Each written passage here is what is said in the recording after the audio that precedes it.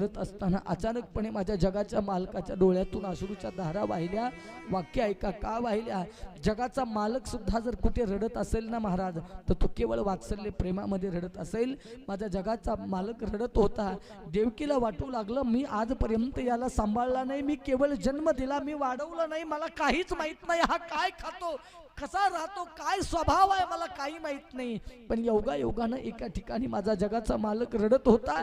याचा सखा असलेला जो उद्धव आहे माझा परमात्म्याला भेटण्यासाठी आला, बृहस्पतीचा शिष्य होता।